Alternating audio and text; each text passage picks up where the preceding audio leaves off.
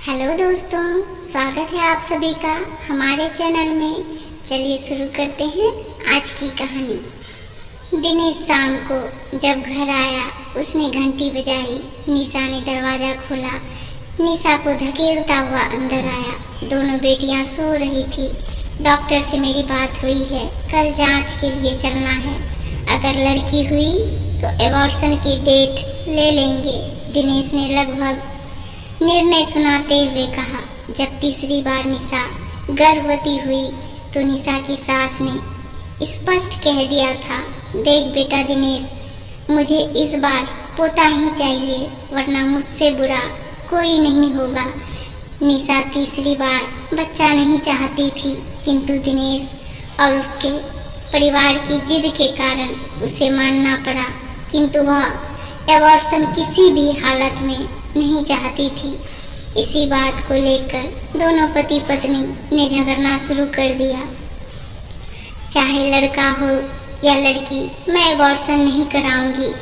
पागल हो गई हो क्या? 3 लड़कियों की पढ़ाई और शादी का खर्च कैसे पूरा होगा?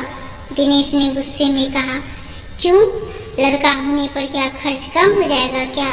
निशा ने गुस्से में कहा। लड़के से हमारा वंश चलेगा, दिनेश ने कहा। लड़कियों का क्या है, दूसरे घर चली जाएगी, दूसरे का वंश चलाएगी, साथ में दहेज भी देना पड़ेगा। अच्छा, जब गरिमा दीदी को राष्ट्रपति पुरस्कार मिला था तो किसका नाम हुआ था? मंच से किसका नाम पुकारा गया था? पिताजी का नाम कि उनके ससुराल वालों का?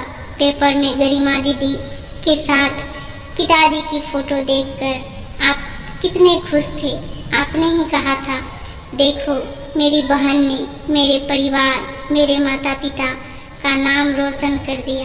निशा ने दिनेश को पुरानी बात याद दिलाई। निशा, मैं तो अपनी दोनों बेटियों से ही खुश थी, किंतु आपकी जिद के कारण ये बच्चा आया है।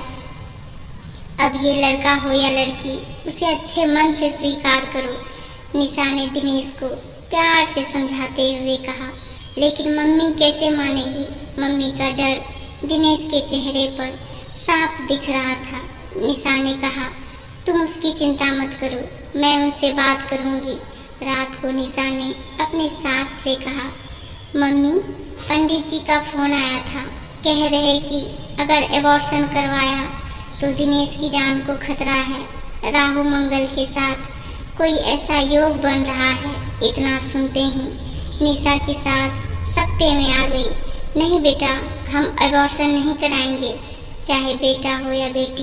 पंडित जी से कहना वो कोई पूजा वगैरह करा दे, ताकि मेरे बेटे के ऊपर से ये अला बला टल जाए।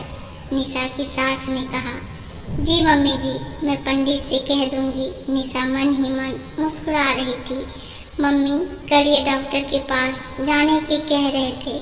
नहीं, कोई ज़रूरत नहीं है डॉक्टर के पास जाने की। लड़का हो या लड़की, हमें दोनों मंजूर है। सास की ये बात सुनकर निशा सोच रही थी कि हर माँ को उसकी संतान कितनी प्यारी होती है। ये उसकी सास ने साबित कर दिया। दोस्तों, कहानी अच्छी लगी हो तो इस वीडियो को लाइक, शेयर और चैनल को सब्सक्राइब जरूर कर दीजिएगा। धन्यवाद दोस्तों।